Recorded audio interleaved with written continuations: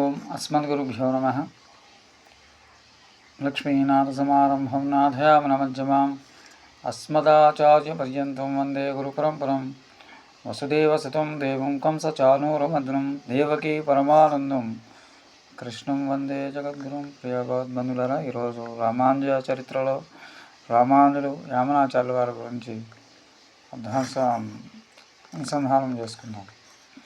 రామానుజుల విశేషములు తెలుసుకుంటున్న యామనాచార్యులు వారు శ్రీ నమ్మాళ్ళవారి నాథములు అనుగ్రహించిన భవిష్యత్ ఆచార్య విగ్రహమును శ్రీమన్నాథములు తమ శిష్యులకు వెయ్యి కొండాలు మరొక్కాళ్ళమ్మికి మణుక్కాళ్ళంబి శ్రీ యామనాచార్యులకు అందించాయి.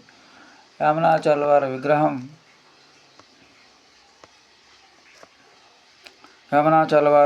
ఆ విగ్రహం సేవించు ఈ మూర్తి ఎప్పుడు అవతరించునో వీరిని మనం ఎప్పుడు సేవించమని ఆలోచించుండరి. అదే సమయంలో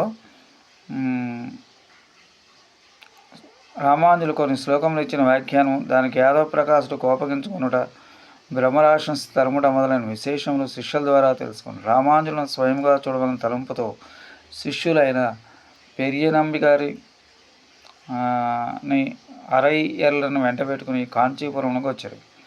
వరదరాజ స్వామి దర్శనం చేసుకుని మండపంలో నిలబడి సమయంలో యాదవ ప్రకాశ్ శిష్యులతో కలిసి వరదరాజ స్వామి దర్శనంకై అక్కడికి వచ్చారు. కాశీయాత్ర నుండి వచ్చి తిరిగి యాదవుల వద్ద విద్యాభ్యాసం చేస్తున్న రామానుజులు కూడా శిష్య సమూహంలో ఉండేది.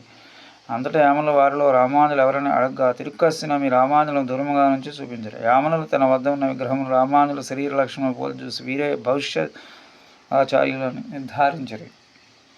సంతోషంతో అయదుల్ హనీన్ సిద్ధాంత ప్రవర్తక గ్రహేశ్వరులని అని కటాక్షించి వరదుని దర్శించి శ్రీరంగమునకు విచ్చేసిరి.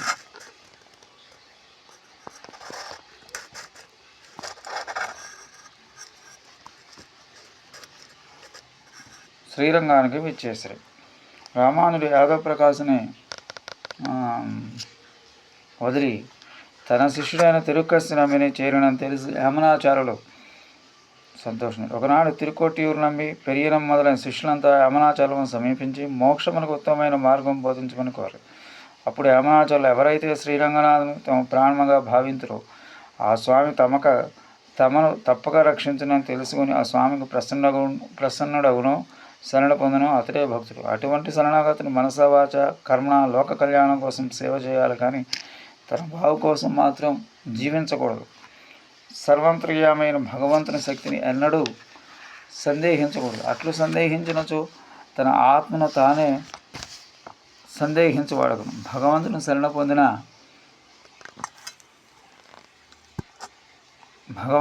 పొందిన పిదప భగవంతుని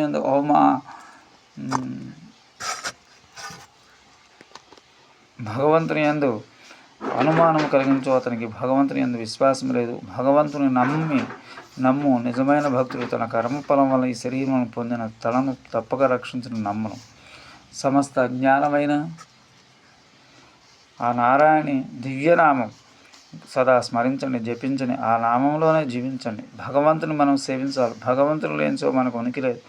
భగవంతుడు నాథుడు, మనం అతని సేవకులం. భగవంతుల్లో భగవద్భక్తుల్లోనూ భేదభావన చూపవద్దు. నారాయణ భక్తుల్లో స్వయంగా ఉంటాడు.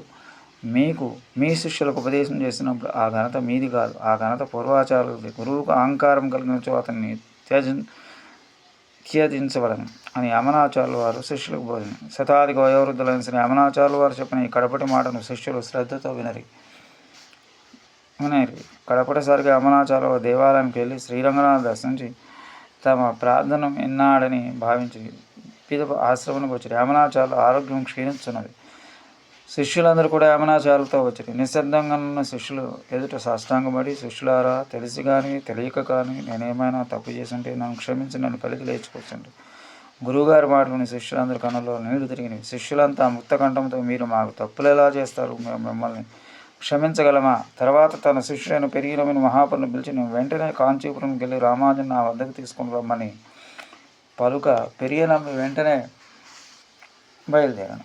ఈలోగా యామనాచార్యుల వారి ఆరోగ్యం ఇంకా క్షీణించింది. యామనాచార్యుల వారి శిష్యులతో అన్ని ఉపచారం శ్రీరంగనాథ నిత్యం సేవించు